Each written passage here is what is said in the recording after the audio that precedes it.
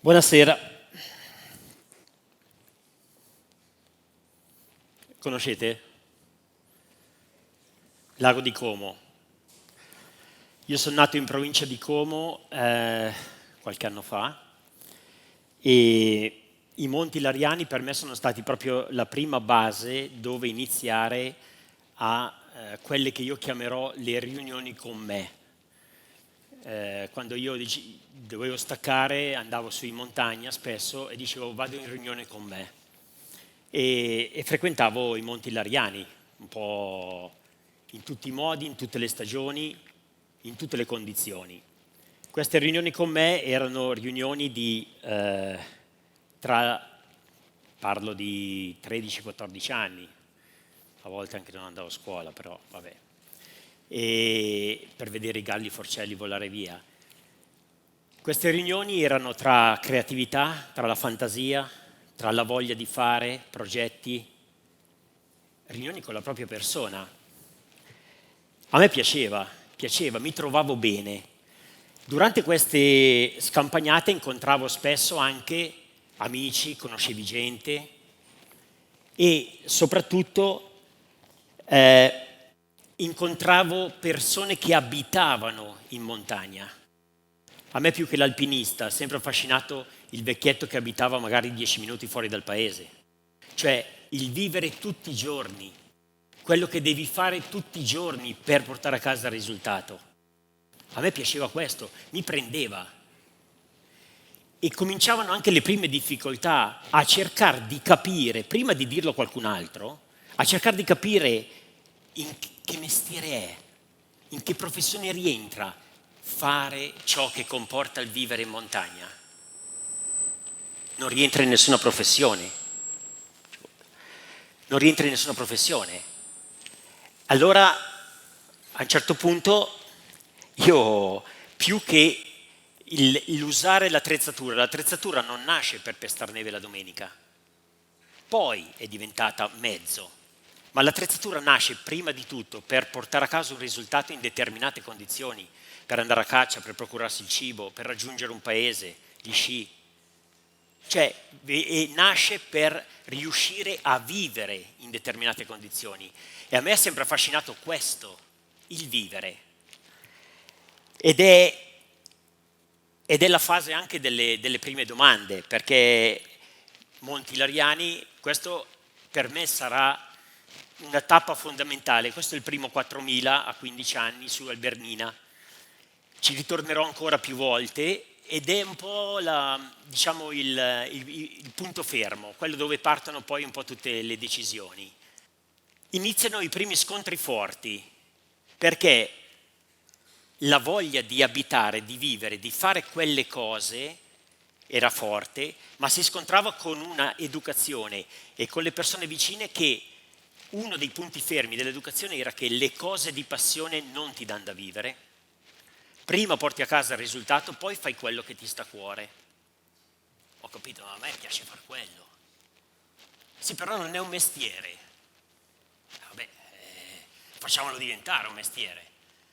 Però ovviamente a 16-17 anni non hai quella presenza di porti di fronte a un modo di organizzare le cose da parte di genitori, di amici, della società, di tutto. Per cui cerchi, ecco, cosa che non sono riuscito ancora oggi, a cercare di far capire e di dimostrare. Cioè c'è ancora oggi che gente viene su dopo 20 anni che c'è la baita, che conosce, che vede, che si ferma lì e pensa che tutto sia possibile grazie ai soldi. Cioè pensa a questo, Cioè è incredibile. È incredibile. Allora a un certo punto nascono le domande forti. Periodo dei 20-25 anni, faccio altre esperienze, faccio altre scelte, anche perché in una delle come si dice, riunioni fondamentali con me, io avevo messo la razionalità come punto fermo, come riferimento, come ultima parola. Per cui tutti i progetti, le idee, vuoi fare una cosa, vuoi fare l'altro, che cosa? La razionalità vagliava il tutto. Se la razionalità dava l'ok si faceva, altrimenti era irrazionale, non si faceva. A un certo punto la domanda è: ma alla fine cos'è vivere? A me è sempre stato insegnato mi raccomando, crea sicurezze, perché un domani non si sa mai. Vabbè, fammi arrivare sto domani. Cioè, sto domani non si sa mai, mi raccomando, fai in modo che non ti manchi nulla. Ma allora, tra me, sempre delle famose riunioni, dicevo, ho capito, ma se ogni attimo della vita è un'incognita, perché io non so quello che mi succederà fra 10 minuti, ma neanche fra un minuto, se tutto il mio fare è orientato ad annullare l'imprevisto, perché lo vedo come qualcosa che può minare, io non vivo.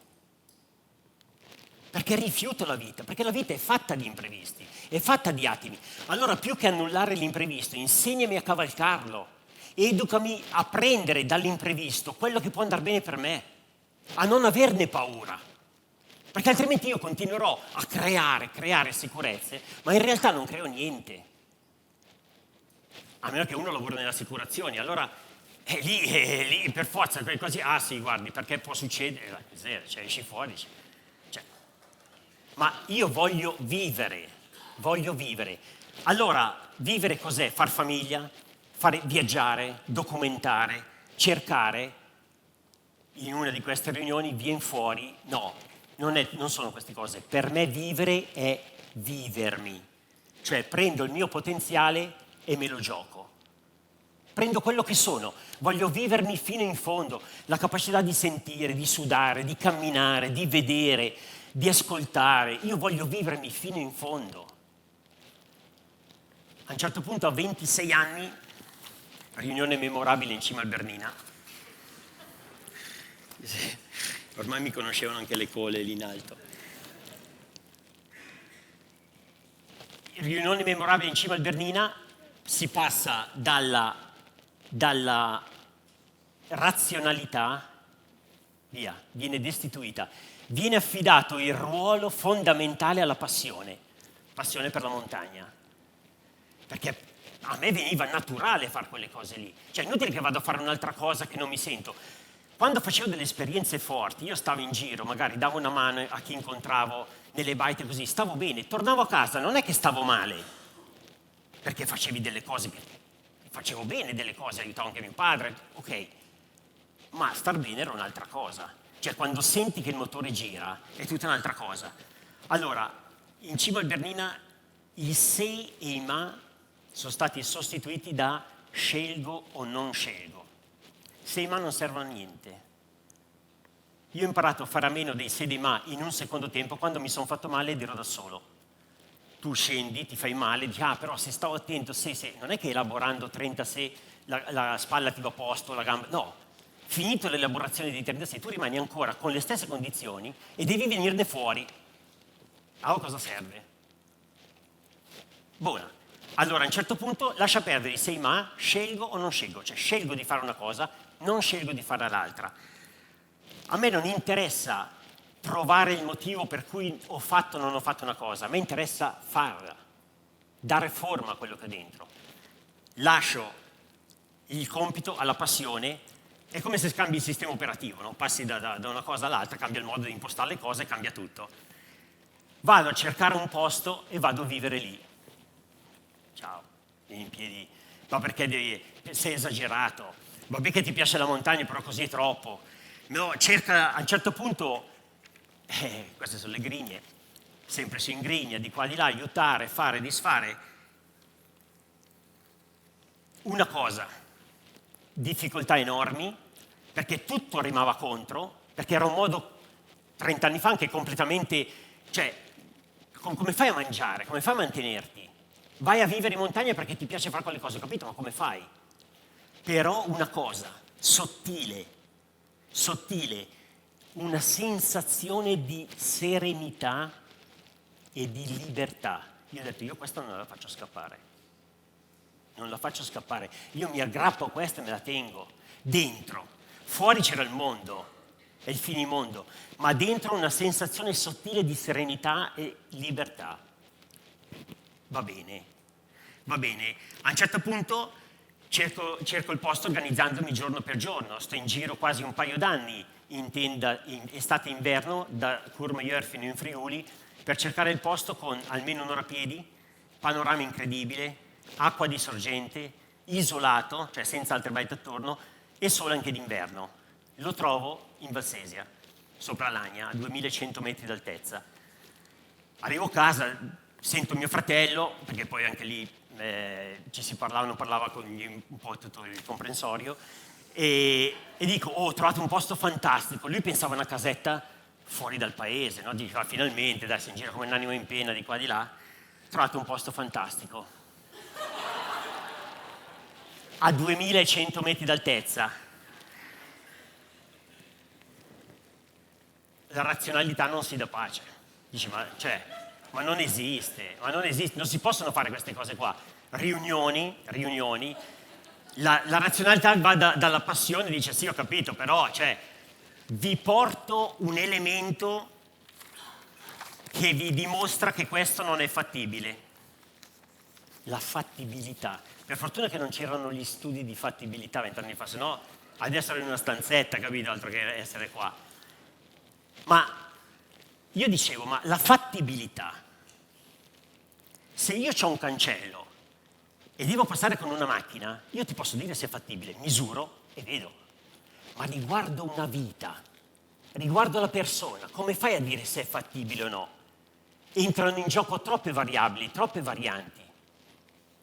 Non posso a priori dirti come è fattibile, ma anche voi penso, quando andate a fare un viaggio, andate a fare un giro, vi trovate con l'amico, dai, ci troviamo dopo così ti dico com'è andata. Perché ci troviamo dopo? Diglielo subito, no? Come andrà a finire.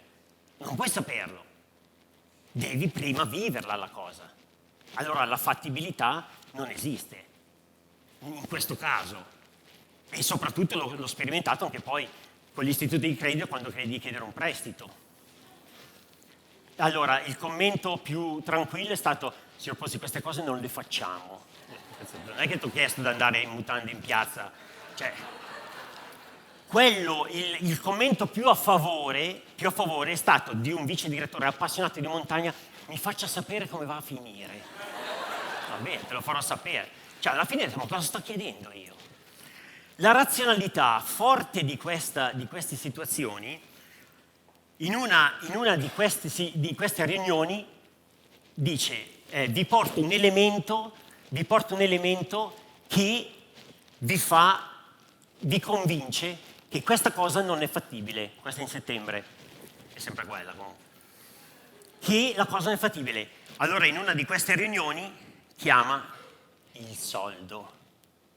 Il soldo entra dentro, c'è la passione, la fantasia, la creatività, eravamo lì tutti insieme, c'ero anch'io.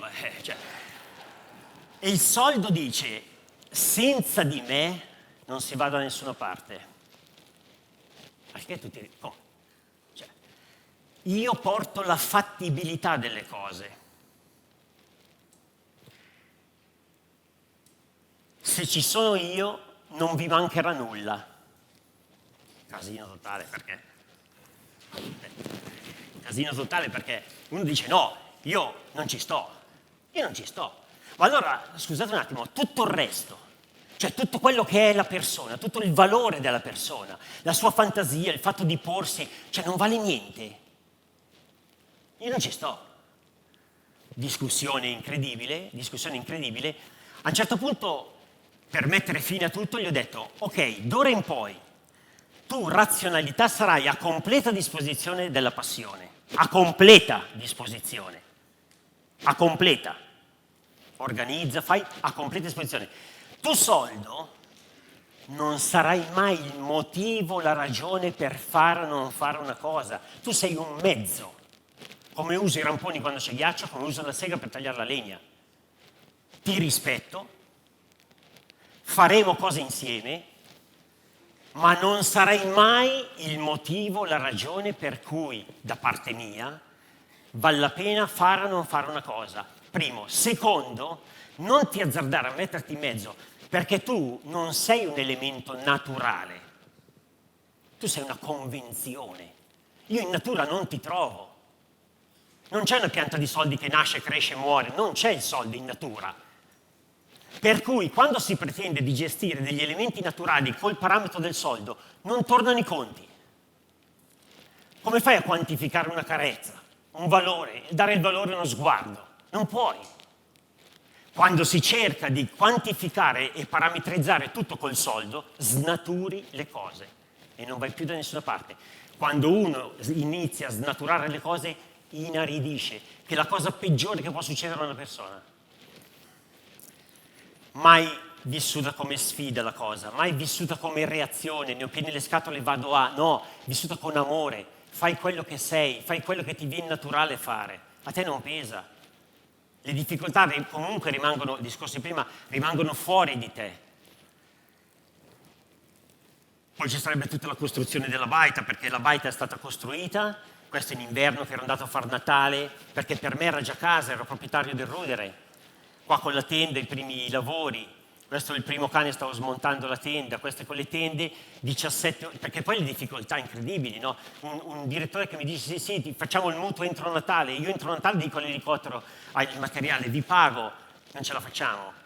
Non ce la facciamo perché al 18 dicembre mi chiamano non si fa niente. Una ditta di Belluno che non è vicino alla Valsesia, cercava gente a mettere reti, vado a Belluno, mi faccio assumere per 6 mesi finché ho fatto il mutuo con la banca, poi mi sono licenziato perché volevo fare gli interni. Sono andato a lavorare ancora quando non avevo più in tasca niente, a gennaio. Il bed and breakfast, adesso il bed and breakfast uno può venire su, fermarsi, star tranquillo. Il bed and breakfast nasce da un incidente, lusso alla spalla, non so più cosa, cioè sono fermo, vado dal sindaco, però nel frattempo la gente chiedeva di fermarsi per vedere l'alba. Dico, ok, vado dal sindaco e ho detto, senti, io sono in queste condizioni, se do la possibilità a uno di fermarsi, no, ben venga, apro il bed and breakfast, ma chi mi garantisce che viene su gente? Provi, e questo muoversi tra le situazioni della vita, tra i vari fatti della vita che non puoi prevedere a priori. Non posso prevedere che viene su gente che nel frattempo, praticamente io ho la tendenza a questo obiettivo. Le cole le conoscete? Qua ero un po' isolato dalla neve. Le cole le conoscete? Sono i gracchi di montagna, perché nel frattempo la baita è stata messa a punto, non nasce come attività ricettiva, nasce come dar forma alla passione di una persona per cui viene messa a punto, è un motore che dopo 2 anni intende avere un tetto, anche con il cielo fanno le finestre, era tanta roba. E allora continui in quella direzione, e per cui sono tutti i lavori. Queste sono le cole, hanno una capacità di volare che è fantastica, tu le vedi quando c'è bufera, si alzano nel vento, fanno di quei giochi, vedono un boccone, scendono, il vento li spara su a 40 metri, ritornano giù, io li chiamo i giocolieri dell'aria, perché veramente sono giocolieri dell'aria. Uno dei miei obiettivi, forse diciamo il principale, in questi anni e prima, avere nelle situazioni della vita la stessa dimestichezza che loro hanno con l'aria. Grazie.